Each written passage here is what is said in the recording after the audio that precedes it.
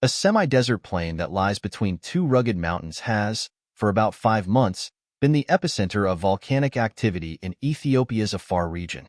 From a distance, it looks serene and peaceful. As you approach, however, you're met with rifts from the strong land vibrations that occur 2 to 3 times every week. Smoke billows from a deep hole beneath the ground. Nearby holes spit out hot mud and water.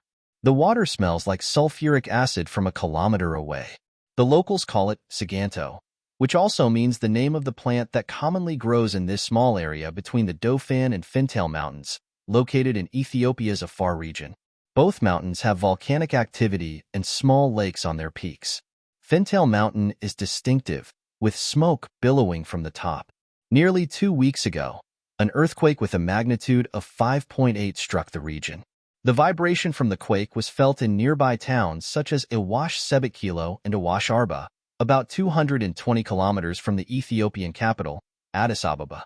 Many have been displaced so far, and Adu Ali, a resident in Awash Fintal and a mother of 4, said it was time to go.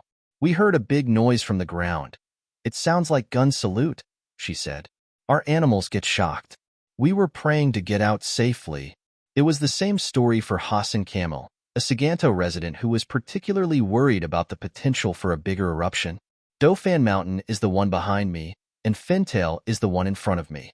The rift created following the earthquake is now going from Dauphin to Fintal Mountain," he said.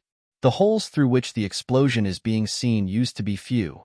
Now there are more than 10 in this place in Siganto Kabyle alone." Another resident of Awash Fintal, Ahmed Hisis, said his house was destroyed by volcanic eruptions. "To this day, the vibration is demolishing homes, creating cracks," he said.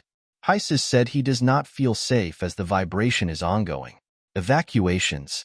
The explosions in December led to the exodus of the estimated 10,000 community members living in Siganto. Today, Siganto remains empty.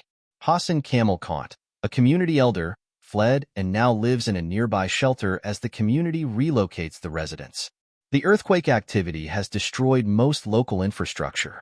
The shock following the ground shaking demolished 37 schools and forced 5,000 students from their classrooms, according to Musa Adam, deputy head of the Afar National Regional State Education Bureau.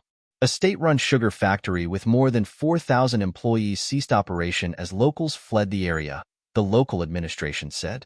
Last week, the Ethiopian federal government announced plans to evacuate at least 80,000 residents from the spots of the active volcano sites in Afar and the nearby localities of the Oromia and Amhara regions.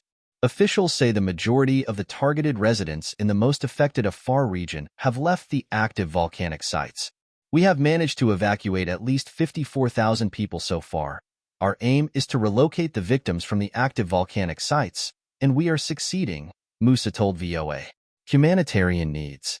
Residents are now getting into local internally displaced centers at nearby Awash Arba town and waiting for help from the state and humanitarian agencies. Despite living in the shelter for more than a week, some say they still do not have their basic needs met.